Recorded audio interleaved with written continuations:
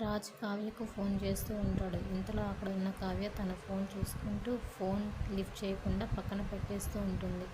ఇంతలో అక్కడ ఉన్న రాజ్ మాత్రం ఏంటి కళావతి ఫోన్ లిఫ్ట్ చేయడం లేదు, ఏం జరిగిందో ఏంటో అని చెప్పేసి అయితే చాలా టెన్షన్ పడిపోతూ ఉంటాడు. ఇంతలో అక్కడ ఉన్న కావ్య మాత్రం ఫోన్ లిఫ్ట్ చేయకుండా ఒక పక్కన పెట్టేస్తూ ఉంటుంది.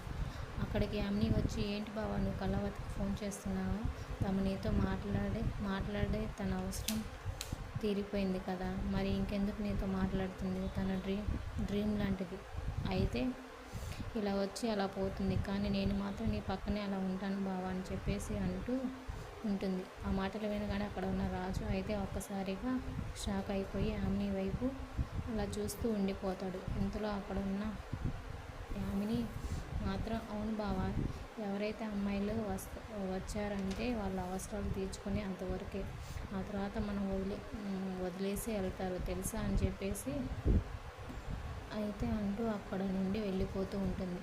ఇందులో కావ్య దగ్గరికి అపర్ణాదేవి వచ్చి ఏంటి రాజు ఫోన్ లిఫ్ట్ చేస్తుంటే ఫోన్ లిఫ్ట్ చేయడం లేదు, ఏం జరిగింది అని అని అడుగుతుంది.